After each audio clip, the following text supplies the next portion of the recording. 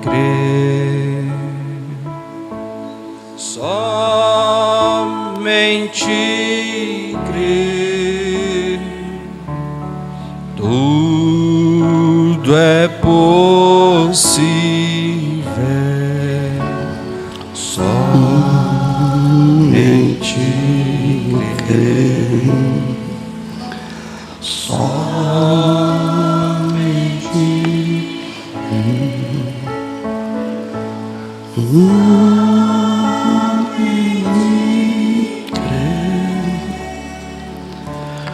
tudo é possível,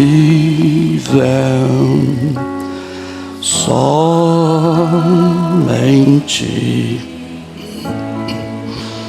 Bondoso Deus, juntos uma vez mais, agradecidos o privilégio que temos de sermos chamados de filhos e filhas de Deus. Pai, te agradecemos pelo dom da vida. Podemos respirar sem a necessidade de um aparelho. Podemos alimentar sem a necessidade de um aparelho. Podemos correr, gritar, falar. Podemos dormir sem ter que tomar medicamentos. Podemos andar dentro da cidade sem nenhum temor de que tenhamos feito algo o qual Satanás pode usar alguém para tirar a nossa vida. Temos uma família abençoada, temos saúde, temos vida eterna. E nesta manhã nos reunimos para juntos te adorar na beleza da sua santidade. Que tudo isso seja para exaltar o teu nome, porque o Senhor é digno de toda honra, de toda glória, de todo poder. Nada que obtemos se não foi uma dádiva do Senhor. Desde já te pedimos a cura, a libertação, o livramento. Mas antes de tudo isso, te pedimos o perdão de nossos pecados, de nossas falhas. Aquilo que deveríamos feito com alegria e singeleza de coração, murmuramos e não fizemos. E quando fazemos, às vezes é pela metade. Nos perdoe e nos ajuda a viver uma vida digna do Evangelho. Ajuda-me a ajudar seus filhos aqui presentes e aos que nos acompanham por esta transmissão. Em nome do Senhor Jesus Cristo te pedimos, por amor do teu nome. Amém, amém. Pode assentar. Deus te abençoe, obrigado. E Deus te abençoe com a sua família e que nós possamos ter um tempo juntos na presença do Senhor. Já tem um bom tempo que eu vejo essa necessidade de conversar com famílias, com os cônjuges. E eu percebi que esse ano vai ser o ano de casamentos e noivado. Eu já realizei 2 casamentos esse ano e já tem mais 4 casamentos e um noivado, só que eu saiba. Então esse ano vai ser o ano de realização, de cumprimento da palavra. César a César e Deus a Deus. É a Bíblia. E eu já tenho alguns dias anotado e lido alguma coisa sobre os cônjuges. E já faz uns bons dias que eu não trago um assunto. Eu preparei uma série sobre isso. O propósito é de ajudar e ser ajudado. Quando a Bíblia exige que o sacerdote seja casado e tenha filhos, então você já entende. E que o diácono também tem que ser casado, marido de uma só mulher, e que tenha filhos. Então, você entende porque ele vai lidar com seres humanos. Então, um diácono ou um pastor que não tenha esse sentimento de lidar com famílias, e ele está no posto errado. Se ele não tiver um sentimento de compaixão, de respeito, né, de gratidão e tolerante, porque a intolerância, infelizmente, ela tem destruído muitas vidas, muitos ministérios. Então eu quero falar um pouco sobre todos os cônjuges enfrentam conflitos. Todos os cônjuges enfrentam conflitos. Uma das melhores coisas que nós fomos ensinados pelo profeta de Deus, William Branham, e ele sempre perguntava: vocês estão anotando? Ele dizia: tragam suas canetas, tragam as suas cadernos de anotações. Por quê? Porque você ouve aqui, depois você ouve novamente, depois você dá uma olhadinha no que você anotou, e isso passa a ser mais vivo dentro de você. Quantas pregações eu já preguei em cima de outras pregações, porque a gente anota. Não tem como ouvir uma palestra, um culto, sem uma caneta, sem um caderno de anotação. Mas se você anota e depois não revê isto, muito pouco vai adiantar. É claro que já adianta um pouco. E falar sobre conflitos é falar sobre temperamento. Não vou entrar na questão de temperamentos colérico e etc. Não é isso. Eu quero falar sobre conflitos. Porque conflito vai assim ajudar nós a entender algumas coisas que incomodam. O conflitante às vezes não se sente incomodado, mas quem está sofrendo a pressão é que sabe a situação que está enfrentando. Então, temperamento é um estado fisiológico característico de um indivíduo ou personalidade. É um conjunto de tendências, é caráter.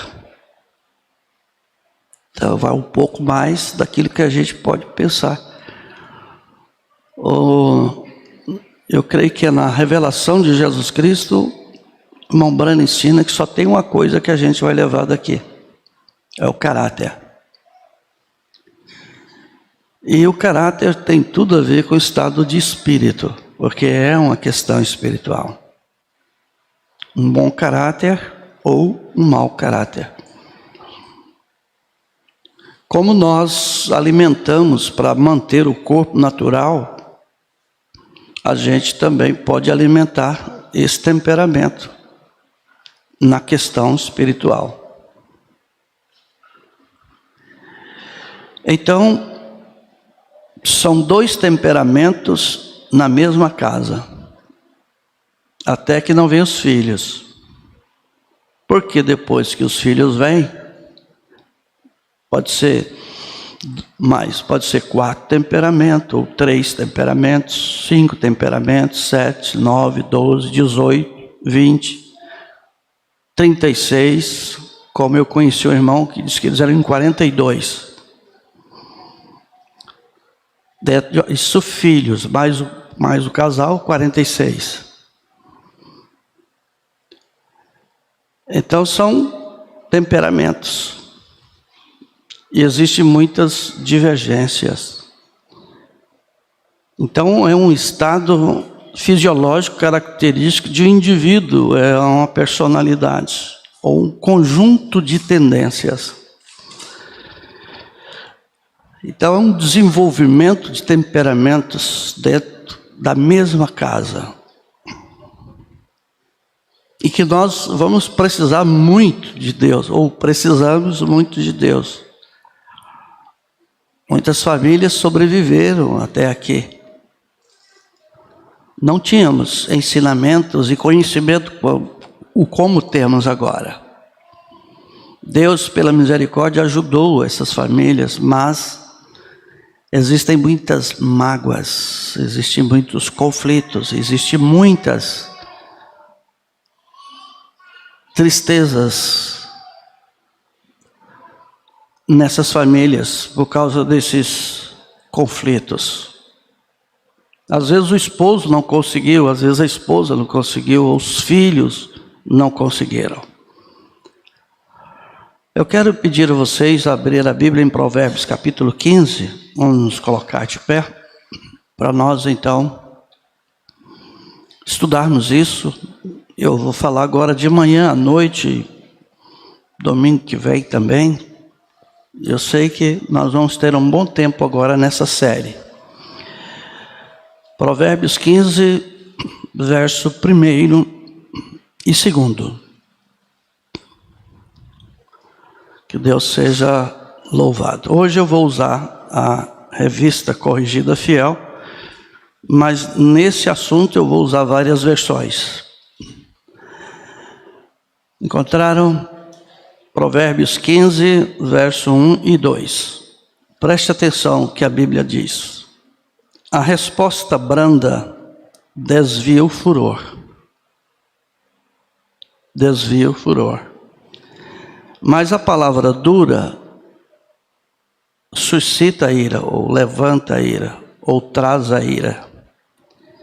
A língua dos sábios adorna a sabedoria, mas a boca dos tolos derrama a estultice. Bondoso Deus, esta é a sua palavra. E vamos caminhar aqui, Senhor, dentro de sua palavra, dentro das mensagens do teu profeta, para que sejamos ajudados em tempo oportuno. Muitas coisas ainda podem serem mudadas se tivermos uma atitude cristã. Então, não nos deixa ser meninos e meninas inconstantes, mas que sejamos homens e mulheres abençoados por ti e que possamos ajudar uns aos outros. Pai, acrescenta a sua palavra aos nossos corações. Te pedimos em teu precioso nome, Senhor Jesus Cristo. Amém. Pode sentar.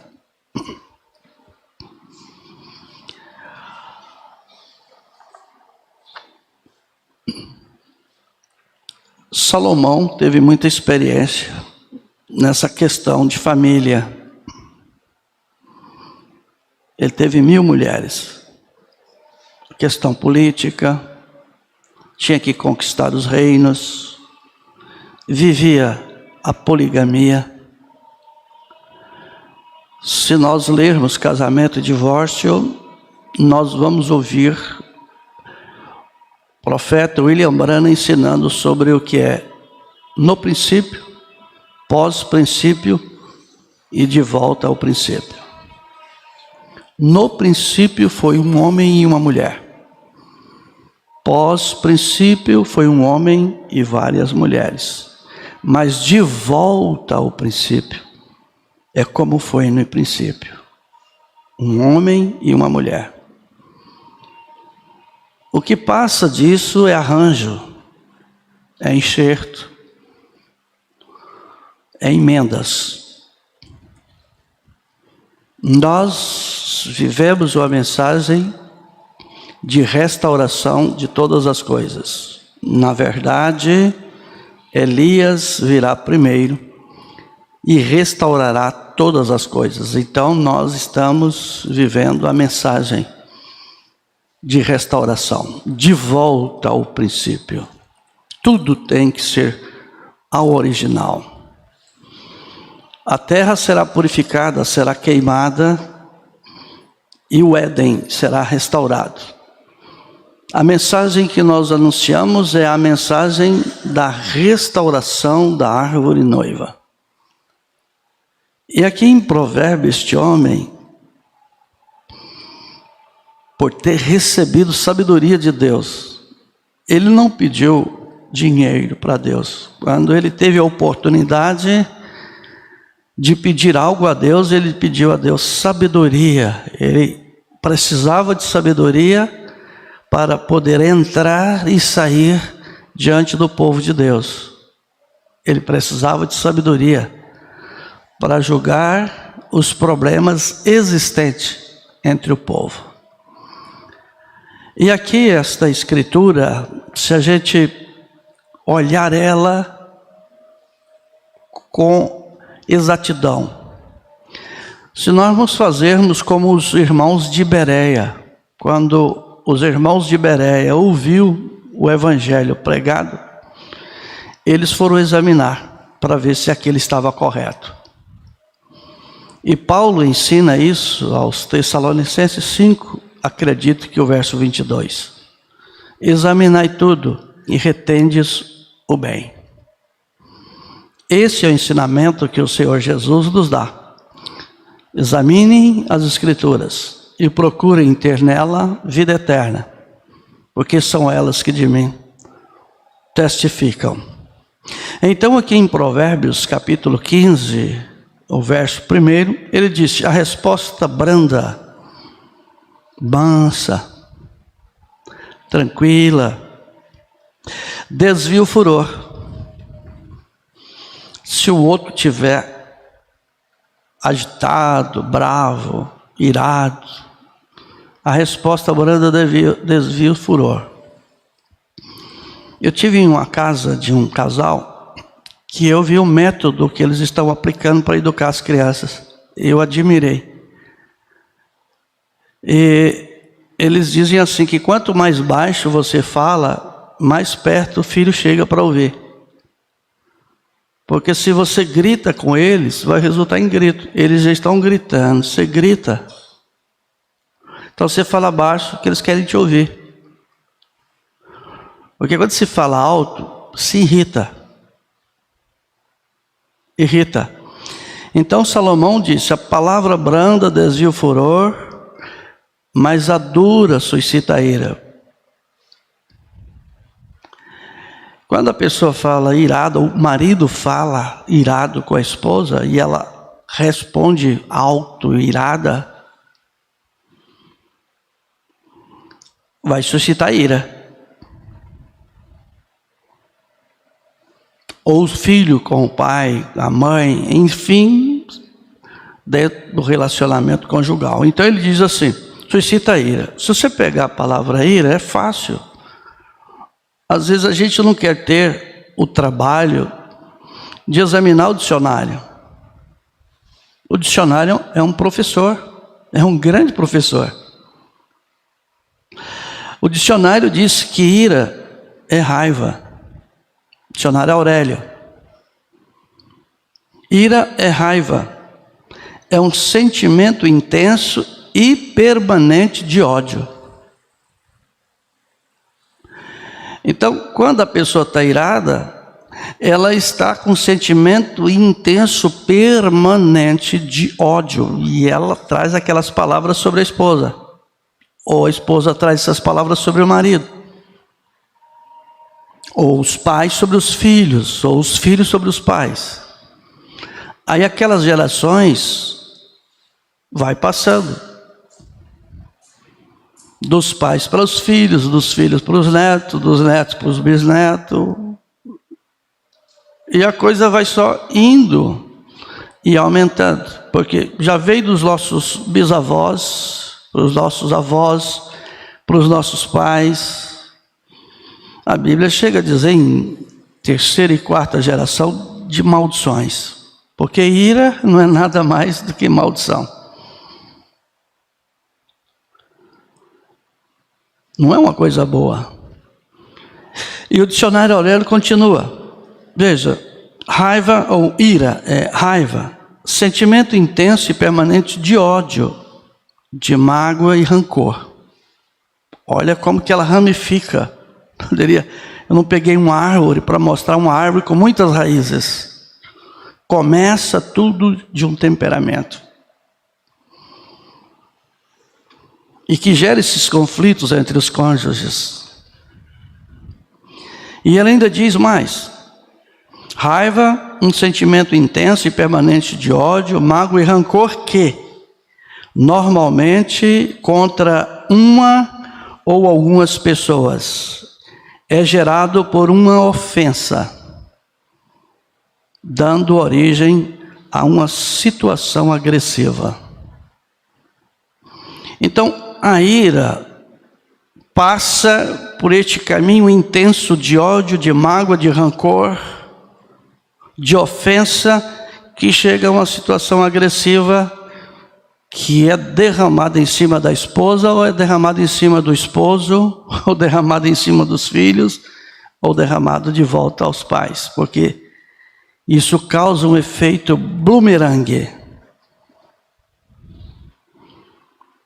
Bumerangue é aquela pecinha que se tinha de brincadeira e que hoje não tem. Você joga ela no ar, depois ela volta até você. As brincadeiras eram mais sadias. As palavras têm um efeito bumerangue. Elas vão, mas elas voltam. As atitudes, os temperamentos, têm isto. As Escrituras Sagradas nos dão assim, muita coisa para a gente se moldar. No verso 2 aqui de Provérbios 15, Salomão diz: a língua dos sábios adorna a sabedoria. Na cabeça de alguns homens é só a mulher que é sábia, porque a Bíblia diz: toda mulher sábia edifica a casa. Mas não é bem isso. A sabedoria é uma dádiva, é um presente de Deus. Salomão disse que a sabedoria foi aluna de Deus e ela estava com ele no princípio. Então ele diz: a língua dos sábios adorna a sabedoria, mas a boca dos tolos derrama estultice. A gente precisa do dicionário. Ninguém vai para a escola e aprende todo o vocabulário sem um dicionário. Tinha uma época que o governo fez doação de dicionários, porque ele viu que havia necessidade. E tem essa necessidade. A palavra estultice é características do que é ou se apresenta de modo estúpido, tolice, pavorice, estupidez. Olha só, dentro de 2 versículos, os conflitos que podem causar dentro de uma vida conjugal. Então nós já temos lá essa situação agressiva, agora com atitude estúpida, tola, pavorice, é um desespero, né? Sem necessidade, e estupidez. Agora pega uma pessoa com uma situação agressiva e estúpida, um marido assim, uma esposa assim, filhos assim. Temos aí uma guerra dentro da vida conjugal. A questão é: queremos mudar? Estamos dispostos a mudar? Ou preferimos adorar esse espírito? Porque é uma questão espiritual. É um estado de espírito. Aquele homem que o William Branham orou por ele, que disse que ia quebrar os ossos dele, e diante daquela reunião, ele já tinha um pastor com as mandíbulas quebradas no hospital, e ele disse: eu vou te quebrar todinho. E o William Branham orou por ele, e ele caiu nos pés de William Branham diante daquela multidão. Os guardas vieram para pegar aquele homem e perguntaram ao irmão Branham: ele vai ficar bem? O irmão Branham disse: não, ele não vai ficar bem. ele adora esse espírito. Então existe maridos, existe esposas, existe filhas e filhos que adoram serem agressivos, estúpidos e tolos. Porque é isso. A quantidade de mensagens que temos, de Bíblia e de ensinamento que temos, se continuarmos assim, é porque adoramos esse espírito. E se adoramos isso, vai para a vida toda. Terá que morrer assim e terá que ressuscitar assim para ir ao julgamento no trono branco. Mas nós temos uma opção: o novo nascimento. Necessário vos é nascer de novo. Por isso, ainda dá tempo de mudança. A Bíblia em Provérbios capítulo 10, se voltar um pouquinho aí, Provérbios capítulo 10, nós temos receitas aqui tremendas para que esses conflitos que todos os cônjuges enfrentam possam ser enfrentados de uma maneira correta. Porque o problema existe, Eles precisam serem resolvidos. Então eles precisam serem resolvidos de maneiras sábias, decentes, corretas. Aqui em Provérbios capítulo 10, no versículo 14, Salomão diz: os sábios entesouram a sabedoria. Os sábios entesouram a sabedoria. O marido sábio, a esposa sábia vai entesourar sabedoria. E isso vai para os seus filhos, isso vai para os seus netos, isso vai para a sua descendência. Eu não conheci pai, eu não sei o que é ter um pai. Não conheci o meu pai. E também não sou um dos melhores pais. Mas eu procurei o melhor que eu pudesse passar para os meus filhos como um pai. E falhei muito, e falho muito. Mas eu ainda estou aprendendo. Mas existe pai, existe mãe que não aprende. Nunca, embora a Bíblia disse que aprendem sempre, mas nunca chega ao conhecimento da verdade, nunca chega a entesourar sabedoria. E ele termina: mas a boca do tolo aproxima da ruína. Esposo, esposa, vocês querem promover a ruína nos seus lares?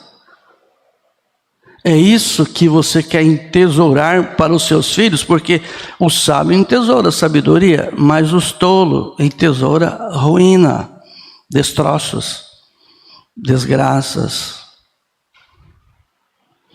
Quando eu estou falando que todos os cônjuges enfrentam os conflitos, eu estou junto. Eu também sou marido. Eu também sou pai, já sou vô.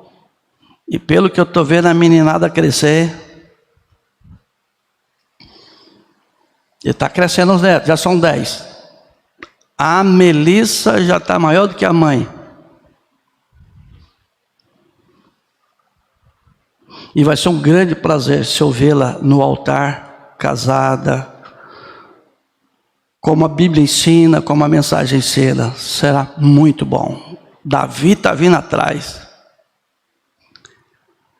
Então veja que eu estou dentro desses conflitos, eu também sofro esses conflitos. O William Branham também enfrentou esses conflitos. E qualquer cônjuge enfrenta. Se não enfrenta, tem alguma coisa errada.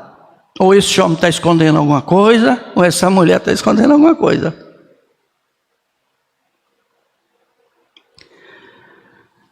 Então veja, aqui em Provérbios capítulo 21, vamos agora um pouquinho mais aqui na frente, Provérbios capítulo 21, no versículo 23. Vocês vão observar que Salomão sempre está colocando o sábio e o tolo. O Mombrana teve um temor, ele disse: olha, eu não quero chamar de tolo, mas eu quero dizer que você tem uma atitude de tolo, uma atitude de tola. Porque ele diz: tolo é muito pesado, que Jesus disse: não chame seu irmão de tolo. Então, se Jesus ensina que não é para chamar de tolo, e o marido chama a esposa de tola, ou vice-versa, e os filhos são chamados por este nome, a gente está precisando de reaprender, de se reeducar. Então aqui no verso 23 de Provérbios 21, ele escreve: o que guarda a sua boca e a sua língua, guarda a alma das angústias. Então, os conflitos existentes na vida conjugal está relacionado ao que falamos. Os problemas que geramos em casa, os conflitos, está relacionado ao que falamos. Porque o que guarda a sua boca e a sua língua, guarda a sua alma de angústia. Porque quando expressamos certas coisas, aquilo resolve, só causa problema. Quer ver se quando você expressa algo e tem a infelicidade de não se expressar bem? Meu Deus do céu. Quando a esposa tem a infelicidade de dizer algo e que essa cabecinha teimosa, o homem tem uma cabeça teimosa, o homem é teimoso. Coitada da esposa. Pensa numa cabecinha fechada que o homem tem. Eu sou homem. Eu estou falando de vida vivida. Pergunta para ela. Está ali, a Dalvina está ali.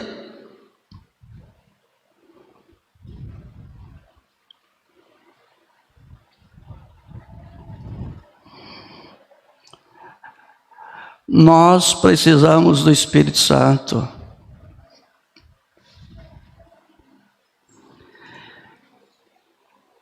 Perguntas e respostas de número 4, tradução de Goiânia. 30/8/64, parágrafo 32.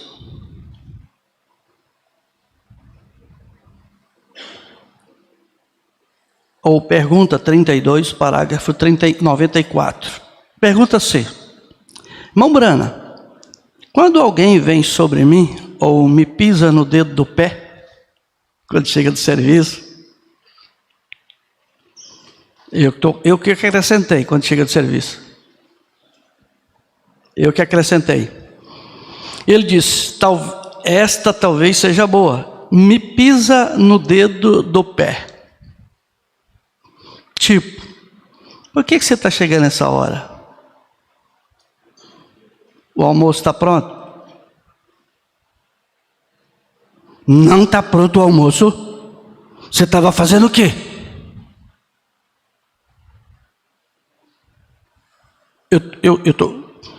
Eu tô acrescentando, tá? Tô colocando como que nós homens fazemos.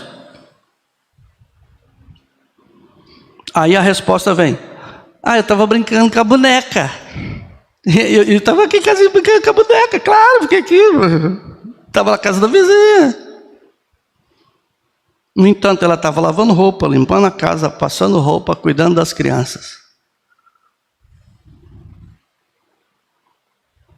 Deixa eu ler a pergunta, senão eu vou interpretar. Irmão Brana, quando alguém vem sobre mim ou me pisa no dedo do pé, talvez essa seja boa. Me pisa no dedo do pé, como diz o velho ditado. Meu temperamento sobe. Aí ele faz uma pergunta: como posso vencer isso? Agora, os cônjuges, como vocês podem vencer isso? E ele diz: eu sei que o Senhor terá que fazer, porém, que posso fazer em meu coração, eu não quero isso. Olha, que atitude bonita. Eu faço isso. Eu sei que Deus pode fazer isso, mas o que eu posso fazer? Eu vou ficar de braços cruzados esperando ele mudar? Já tem quantos anos, irmão? Hein, irmã? Quantos anos tem esse temperamento aí? Irmão? Quantos anos? Quantas mágoas tem a sua família, sua esposa, seu marido, seus filhos e seus netos com esse temperamento? Quantos anos?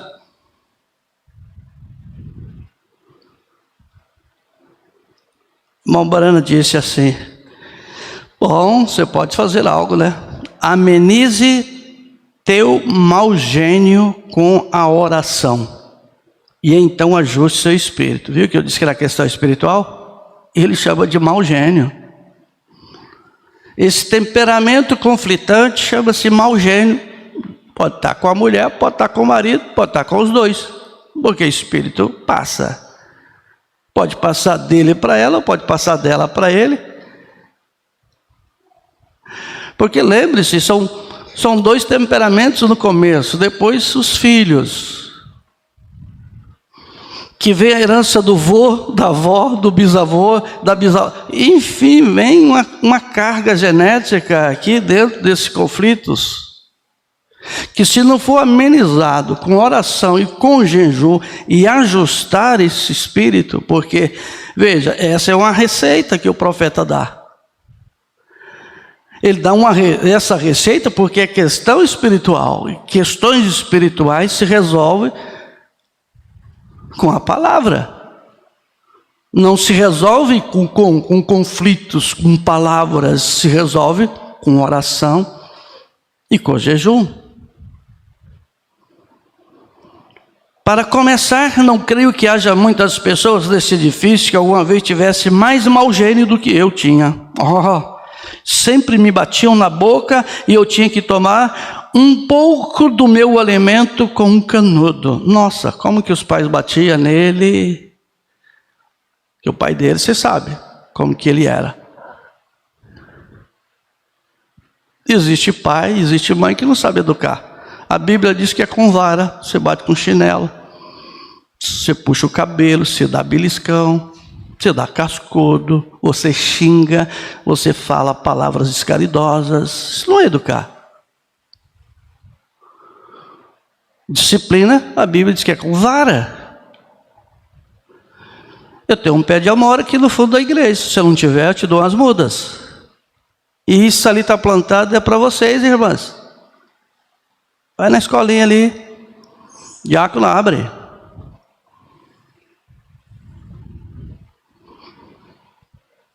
Perdeu? Eu vi algo na internet que eu estava lendo. O Senhor mostrou uma vara e disse: a minha primeira vara de infância. Mostrou a vara. Minha mãe, uma boa vara. Então veja, a gente não pode sair dos princípios. São conflitos. E essa criança tem que ser consciente, porque ela está ganhando as varadas. Consciente antes e consciente depois. Eu apanhei do meu padrasto várias vezes, e eu me recordo de alguma delas sair sangue na boca, porque apanhei com ripa. A casa era coberta com telha francesa. Vocês têm uma noção que tipo de ripa que era. Eu não trouxe isso para os meus filhos.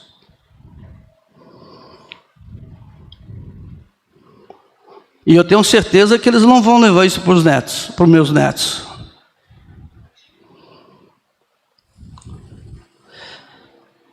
Bom, então os conflitos estão sempre surgindo. Esses conflitos entre os cônjuges estão sempre surgindo. Conflito, a gente precisa ir para o dicionário. O dicionário ajuda bastante. Conflitos é o plural de conflito, o mesmo que. Então, o que é conflito? Revoltas, agitações, alterações, alvoroços, desordens, divergências, embrulhadas, enfrentamentos e espalhafatos. É longo, extenso. Tem uma raiz, as coisas vão enraizando. Isso vai passando de geração em geração. Aumenta, porque é uma questão espiritual. Certamente alguns conflitos ocorrerão no seu casamento, com certeza, meu irmão, minha irmã. Eles vão surgir. Claro que não queremos que isso aconteça com ninguém. Não queremos que isso aconteça nem conosco. Mas quantos lares estão aí arrebentados, acabados, porque não souberam resolver seus conflitos? Até foi tentado, mas um lado não cedeu. Existem provérbios muito sábios. Quando dois não quer, quando um não quer, dois não briga.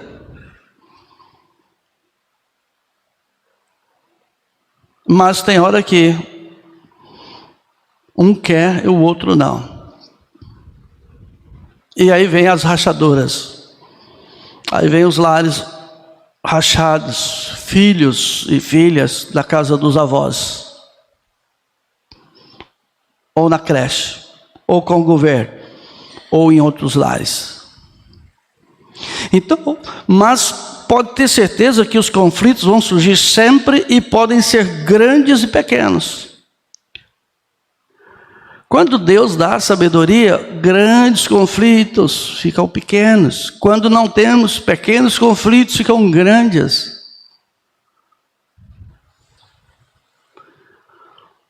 Então, quando casamos, nós achamos que nunca mais vai haver conflito em casa. Assistimos com o pai, com a mãe, não vai ter. Se Deus não tiver misericórdia, aquilo acompanha a gente, porque Espírito pega.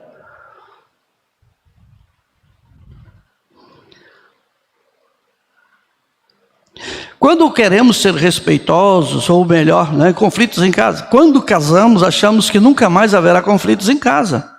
Que seremos respeitosos, que seremos humildes e sempre teremos bom senso. Mas no dia a dia as coisas mudam. E mudam muito. Mudam muito. O problema não é os conflitos, mas como lidar com esses conflitos. Como resolver estas situações conflitosas. Como, irmão? Como, irmã?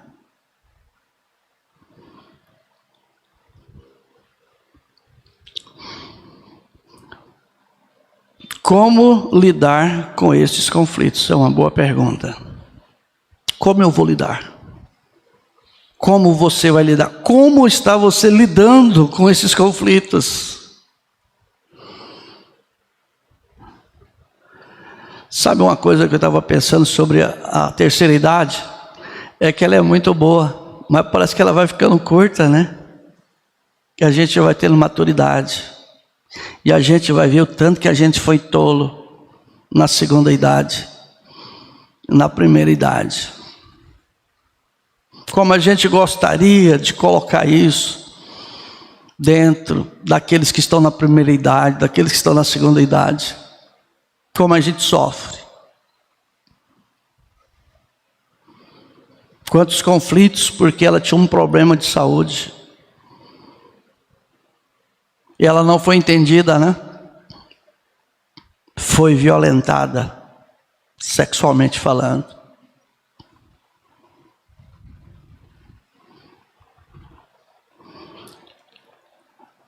Então é necessário uma atitude mais cuidadosa por parte de cada um dos cônjuges. Eu perguntaria, não seria essa aqui a escritura de se colocar no lugar do seu irmão, da sua irmã? A disposição para aceitar as diferenças diminui de modo decisivo o potencial de um casal para se envolver em conflitos. Mas como é difícil lembrar de cada um é cada um, de que cada um tem sentimentos, porque não é feito serragem. Ele tem sentimento, ela tem sentimento, mas como que a gente não lembra quando a ira vem? Quando a raiva vem? Quando a estupidez vem? Como ela sofre? Como ele sofre? Como as crianças sofrem? Isso é tão pegajoso que os filhos começam a tratar a mãe como o pai trata. Que os filhos começam a tratar a mãe ou o pai da mesma forma que a mãe trata o pai. É uma questão assustadora. A forma que a mulher grita com o marido, a forma que o marido grita com a esposa, os filhos aprendem e começam a agir igual. Por quê? Porque é uma convivência, é um ensinamento.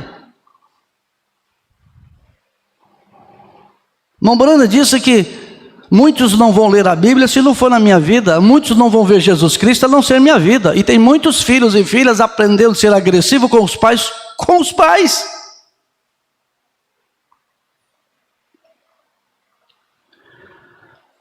As crianças vão lá, você pega uma vara, você disciplina ela. E você, irmão, quem vai te disciplinar? E você, irmã, quem vai te disciplinar com esta maneira conflituosa que você está resolvendo essa situação na sua casa?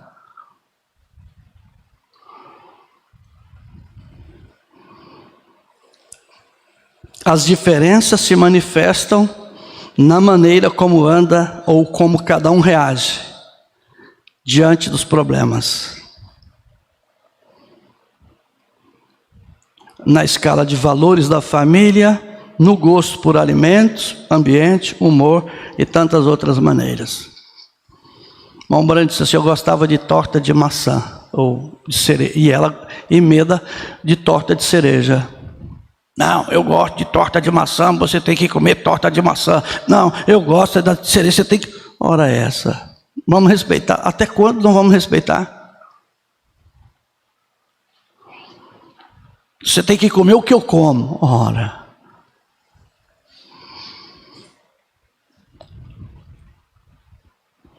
Não.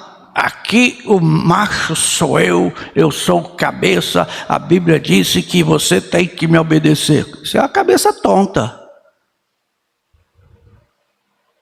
A cabeça que é Cristo deu a vida dele pela igreja. Ele não tirou a vida da igreja. A gente é muito autoritário, machão. Isso não é autoritário, isso é estupidez, isso é grosseria.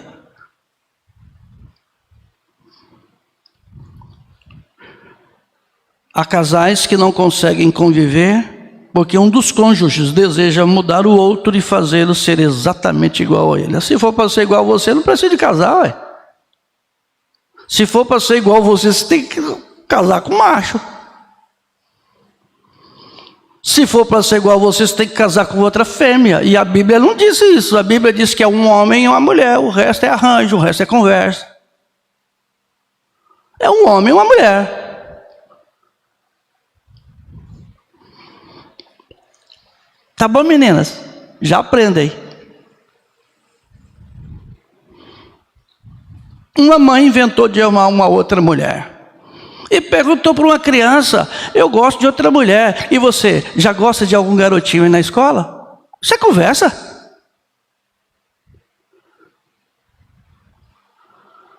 Ora essa.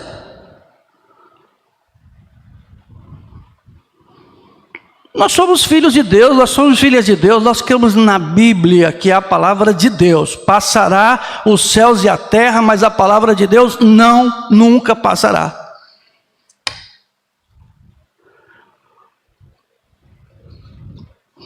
Abra sua Bíblia em 1 Pedro capítulo 3.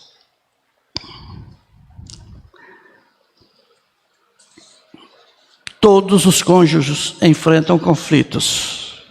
A questão é como resolvê-los.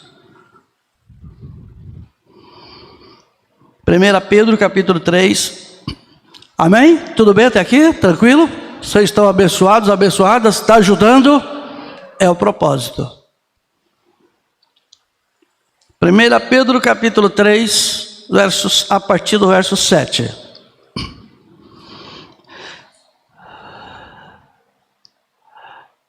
Igualmente vós, maridos, coabitai com elas com entendimento. Aí, irmão, que lição. Com entendimento, você tem que coabitar com ela com entendimento.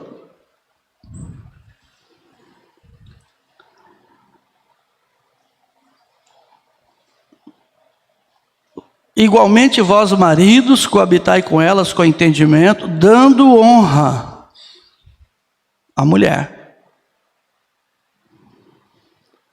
como vaso mais fraco, como sendo vós os seus co-herdeiros da graça da vida, para que não sejais impedidas as vossas orações.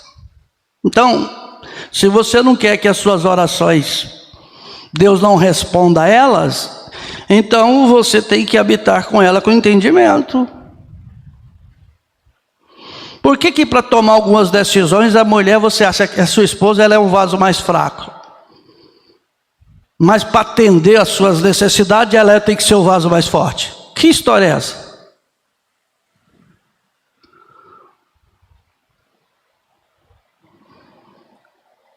Se quer que as suas orações, enquanto o marido estiver tratando a esposa que não tiver de acordo, igualmente vós maridos coabitais com ela com entendimento, dando honra à mulher como vaso mais fraco, como sendo vós os co-herdeiros da graça da vida, para que não sejam impedidas as vossas orações. Enquanto nós maridos não agimos assim, Deus não vai responder nossas orações.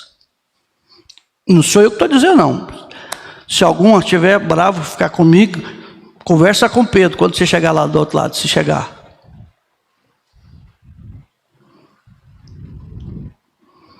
Porque se não for no arrebatamento, você tem uma oportunidade para ver no julgamento do trono branco. Ô Pedro, para que tu escreveu aquilo lá, Pedro? Eu não herdei a vida eterna porque eu desobedeci aquilo, Pedro.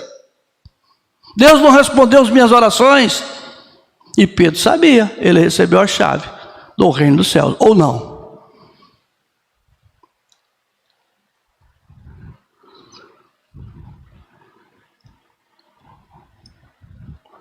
Aqui era para estar cheio de marido aqui hoje. Cadê os maridos? Cadê as esposas?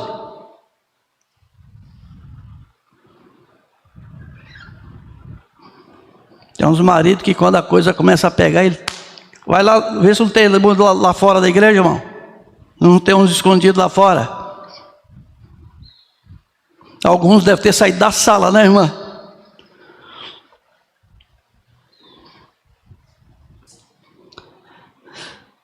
Verso 8. E finalmente sede todos de um mesmo sentimento, compassivos, amando os irmãos entranhavelmente, misericórdia e afável, não tomando mal por mal, ou injúria por injúria, antes pelo contrário, bendizendo, sabendo que para isso foste chamados, para que por herança alcanceis a bênção. Então, marido, tu é co-herdeiro dela. Trate-a como filha de Deus. Trate-a como a eterna namorada. Eu estava descobrindo uma coisa com Dalvina. Ela está ficando mais bonita.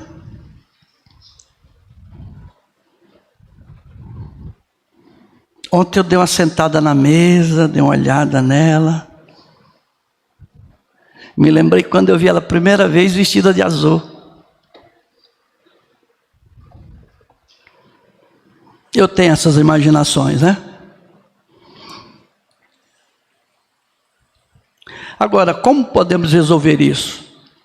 Foi a pergunta que o irmão fez. Olha, eu não quero isso, né? Eu não quero. Eu sei que Deus pode fazer isso, porém, o que eu posso fazer? Então eu pergunto para você, irmão e irmã, casais, como resolver isso? A receita: amenize este conflito com oração, então ajuste seu espírito. Ajuste seu espírito. Eu estava vendo uma coisa que é difícil, mas eu vou falar para vocês. Vocês já viram que a casa da gente ela vai estar precisando de alguns ajustes? A porta cai. Você puxa aquela porta assim, aquela a gente não quer colocar, só colocar um óleo.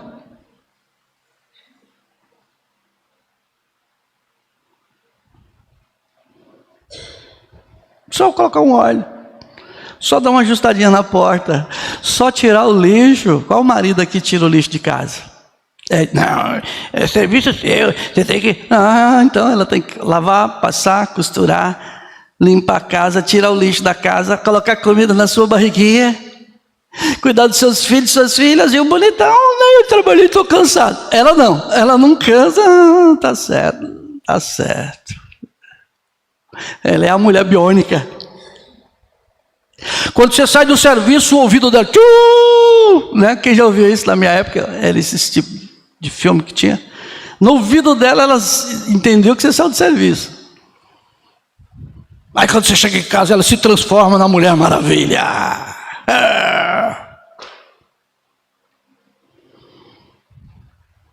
Não é assim não, irmão. Não é assim não, irmã.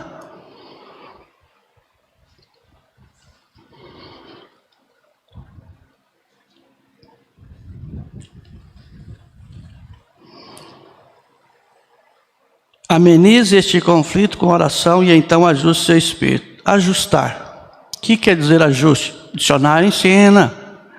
É só a gente ler a Bíblia, ler as mensagens e usar os recursos. Não, mas eu tenho que trabalhar. Eu sei, irmão. Mas não trabalha tanto para não dar tempo para sua família. Irmão Brando disse ao pastor, não vai se ocupar tanto para que não possa ouvir a sua congregação. Não vai trabalhar tanto que você não possa ouvir Deus para trazer a mensagem para a sua congregação. Marido, esposa, serviço não acaba. Por favor, fala para quem está do seu lado. Fala, quero te contar um segredo. Fala, serviço não acaba. É curtir, rapaz. E quantas vezes eu tirei ela do serviço para tomar chimarrão comigo? O serviço não acaba. Irmã Leonilda, quantos anos que a senhora trabalha? 70 anos. E a casa ainda suja? Louça ainda suja? A gente tem algumas opiniões. E na minha opinião, em casa tinha que ter só 2 pratos, o meu e o dela. Só sujar 2 pratos. Mas aí como é que vamos fazer com os netos? Vamos fazer com as visitas? O serviço não acaba. Você quebra um prato, você vai lá e compra uma dúzia, não é? É assim ou não é? Essa deveria ser lei, né? Quebrou um, dá 12. Um pouco de humor para poder melhorar esse ambiente aqui. Porque veja, que é ajuste? Ação ou efeito de ajustar contas. Ajuste é pacto, é acordo, é convenção, é contrato. Então tem que ter esse ajuste na vida conjugal, mas isso tem que ser com oração e jejum, tem que ser ajustado. Tem conflito sim, tem que ajustar, tem que ajustar. Mas não precisa de ser agressivo, não precisa ser estúpida, grosso, grossa. Não, amenize isso. Você tem Deus para te ajudar. Você tem a palavra, você tem um profeta, você tem mensagem, você tem Bíblia, você tem pastor, pode te ajudar.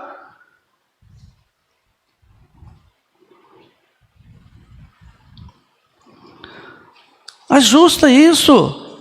Tem um acordo. Na vida conjugal, o conflito tende a começar com conversas desagradáveis. Um dos dois trouxe um assunto desagradável. E a gente não tem humildade de ouvir, a gente só quer ouvir coisa boa.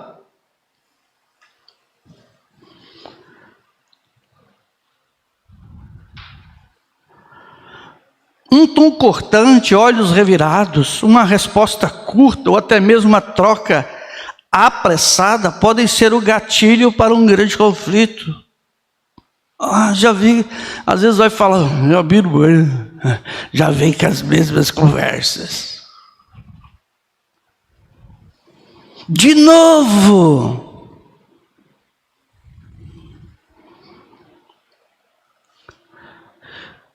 A maneira como lidamos com os nossos próprios erros e com os erros dos nossos cônjuges será fundamental para redefinir a continuidade saudável do casamento. Vamos parar um pouco, irmão. Você está em muita velocidade. Você está em muita velocidade, irmão. Para um pouco. Está trabalhando muito. Vou mexer aqui. Você está trabalhando muito. Os filhos estão crescendo. Sua namorada está ficando mais velha. Seu cabelo está ficando branquinho. Graças a Deus pelos cabelos brancos. Mas dá tempo. Dá tempo. Dá tempo. Se dinheiro resolvesse alguma coisa, os ricos não morreriam.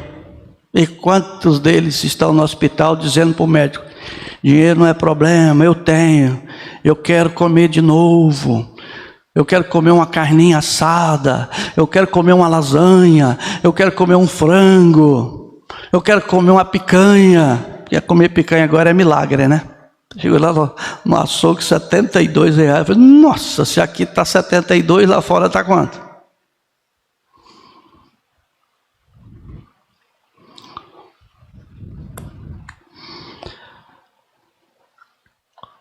Calma.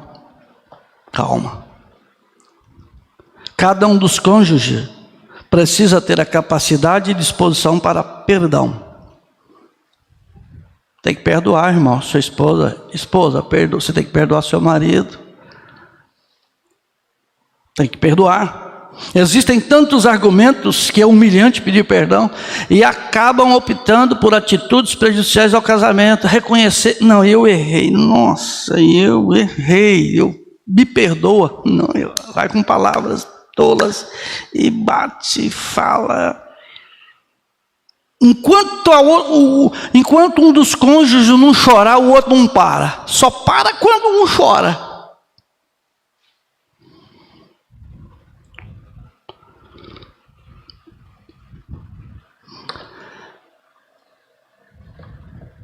Eu estou falando de vida vivida, tá? Eu não tenho vergonha de dizer que eu já fiz isso. Eu já fiz isso.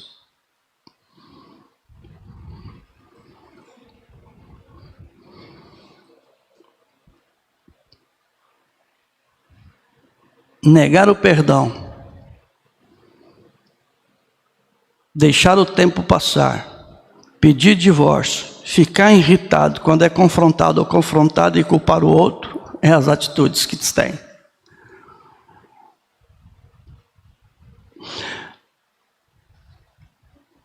Uma vez tivemos um conflito bastante conflitante. Eu tentei de todo jeito, eu não consegui. Eu peguei meu travesseiro, peguei um forro, um lençol, fui lá para a sala, coloquei, deitei lá e dormi. Para deitar, para dormir.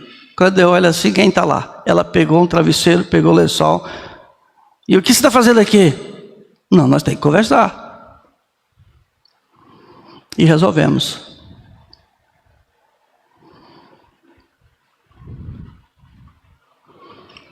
Tem que se resolver. A Bíblia diz que não é para deixar o sol se pôr sobre a ira.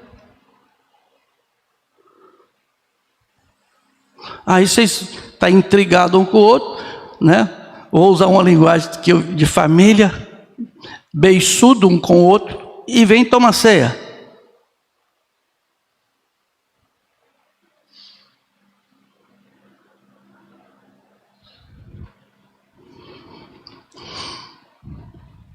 Aí vem os ressentimentos, que é um sentimento mais comum àqueles com dificuldade de perdoar e que sempre ficam remoendo o passado, mas não tem humildade de perdoar e remoendo.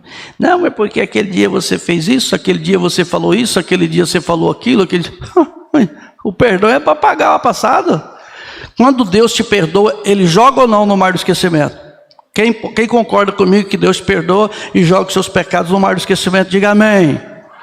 O pessoal não ouviu da transmissão. Quem crê que Deus pega os seus pecados e joga no mar do esquecimento, diga amém. Está fraco. Mas amém. Então Deus pega seus pecados e joga no mar do esquecimento. Você não pode fazer isso pelo seu cônjuge, por sua família. Você é a rainha, você é o reizinho. Que tipo de reinado você está criando, irmão? Que tipo de reinado você está criando, minha irmã? Então, lembre-se que todos os cônjuges se enfrentam problemas. À medida que você aprende a perdoar, irmão e irmã, habilidades que estavam adormecidas dentro de você irão surgir e você irá descobrir que você é muito mais forte e capaz do que você imagina ser. Você é muito mais forte do que isso. Você pode dizer para quem está do seu lado, você é muito mais forte do que isso. Você é muito mais forte do que os conflitos. Você é muito mais forte do que a ignorância, do que a estupidez, do que o orgulho. Você é muito mais que isso.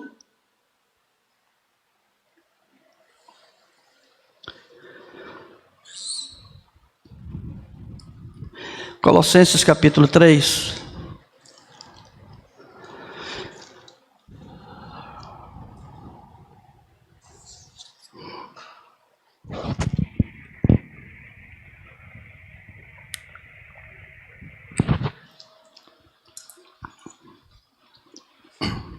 Colossenses capítulo 3. Olha as palavras de Paulo. Vamos aplicar isso aqui. Louvado seja Deus. Verso 12. Revesti-vos, pois, como eleitos de Deus. Quem é eleito de Deus, eleita de Deus aqui, diga amém. Revesti-vos, pois, como eleitos de Deus, santos e amados, de entranháveis de misericórdia, de benignidade, de humildade, de mansidão, de longanimidade. Que vida conjugal que muda com isso? Olha o 13, suportando-vos uns aos outros. Por que não suportar essa esposa? Por que não suportar esse marido? Se alguém tiver queixa contra o outro, assim como Cristo vos perdoou, assim façai-vos também. Não é opção, é mandamento. E sobre tudo isto revesti-vos de... Vocês podem dizer para mim? Sobre tudo isso revesti-vos de... Que é o vínculo da perfeição. Irmão, o vínculo da perfeição do seu relacionamento conjugal é o amor. Irmã, o vínculo da perfeição é o amor. A Bíblia diz que o amor cobre multidão de pecados, de erros, de falhas. Deus te perdoou, meu irmão. Deus te perdoou, minha irmã. Perdoa seu cônjuge. Perdoa seus filhos. Filhos, filhas, perdoem seus pais.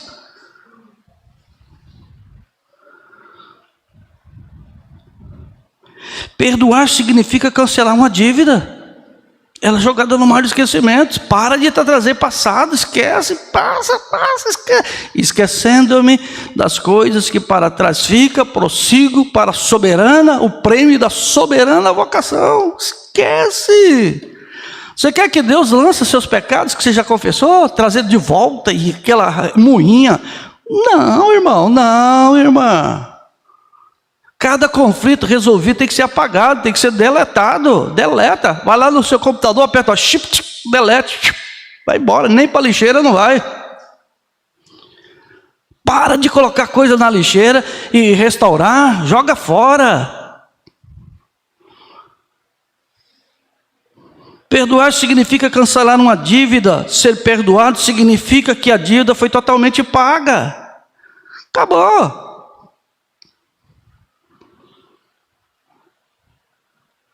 Perdoar não é o mesmo que esquecer. Perdoar é algo que escolho fazer, ao passo que esquecer é algo que não sou capaz de controlar. Eu já trabalhei de cobrança. Eu trabalhei tanto para os outros quanto para mim. Trabalhava numa empresa de cobranças. Recebia cheques, as pessoas entregavam cheques sem fundos, ia lá e renegociava. Consegui muitos cheques resolvidos. Depois eu trabalhei em República, aluguéis. Depois eu tive a minha empresa de livros. E a coisa mais difícil que existe é a tal da cobrança. Entre muitas professoras, eu lembro de uma delas. Não me pagou de jeito nenhum. Por fim, para ela dizer que eu não tinha pago, ela disse que eu falsifiquei a assinatura dela. Quando ela falou que eu falsifiquei a assinatura dela, eu peguei e rasguei a promissória. A senhora não me deve mais nada. Rasguei e joguei fora. Nunca mais eu fui atrás dela.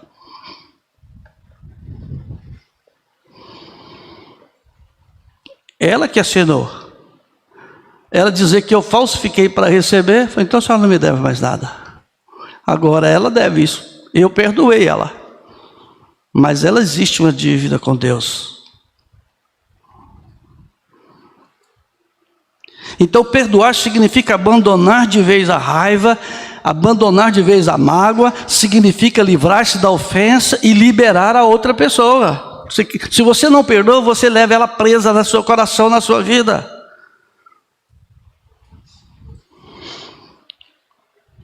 Uma irmã com mais de 100 anos de idade queria a todo custo morrer, não tinha. Ela, com tudo, todas as vezes que eu chegava lá, eu quero morrer, irmão chegava, eu quero morrer. E eu tinha falado muitas vezes sobre isso, só tem que perdoar a sua família. Não, está perdoado. Da última vez, falei, hoje eu vou sentar com ela. Cheguei lá, me assentei com ela, falei, olha irmã, eu já falei para a senhora, vou repetir de novo. Para a senhora ir, a senhora tem que perdoar. Mas eu já perdoei. Aí eu comecei a falar, e suas filhas, está perdoado, suas filhas. Mas eu sabia que ela tinha uma rixa com um dos filhos. E eu falei, e fulano? Quando eu falei fulano, parece que ela até tinha sarado. A ira voltou, porque aquilo é isso, e já usou um termo. Eu falei, pois é, a senhora não perdoou. Enquanto a senhora não perdoar, a senhora não vai. Aí ela, sim pastor, pode falar. Estou falando, estou vendo ela aqui. Sim pastor, pode dizer. A senhora tem que chamar ele, esse filho, e dizer assim para ele. Porque ele também era muito impaciente. Ele já foi gerado daquele jeito. Falei, irmã, a senhora chama ele de filho, eu preciso falar com você. Mas dessa vez eu preciso que você me ouve. Você me dá a sua palavra que você vai me ouvir, filho? A hora que ele afirmar, a senhora fala. Diga para ele aonde a senhora está ferida com ele, todos os ferimentos que ele causou com a senhora. Mas lembra de todos. E quando a senhora fala todos esses que ele feriu a senhora, que a senhora tem aí no seu coração, a senhora diga assim para ele, agora filho, eu te perdoo, em nome do Senhor Jesus Cristo. Se ele não dizer nada, não te preocupe, a senhora está cumprindo com o seu dever. Assim ela fez. Chamou ele, senta aqui e disse para ele, filho, quero falar com você exatamente como eu disse. E disse para ele tudo que ele feriu, toda mágoa, todo rancor, todo sentimento que ela tinha com ele. E disse, eu te perdoo, em nome do Senhor Jesus. Não foi uma semana, ela morreu. Morreu não, ela mudou de corpo, mudou de andar. Ela foi mais de 100 anos, lendo mensagem, ouvindo pregações. Ainda tinha todo esse ressentimento. Depois eu tive que fazer a mesma coisa com a nora dela, porque a nora tinha o mesmo sentimento com o esposo, que era o filho. Quando a esposa fez isso, confessou e pediu perdão, ela partiu para o Senhor. E eu já tenho lutado com esse irmão para ele perdoar os filhos e as filhas e a família. Ele não perdoa.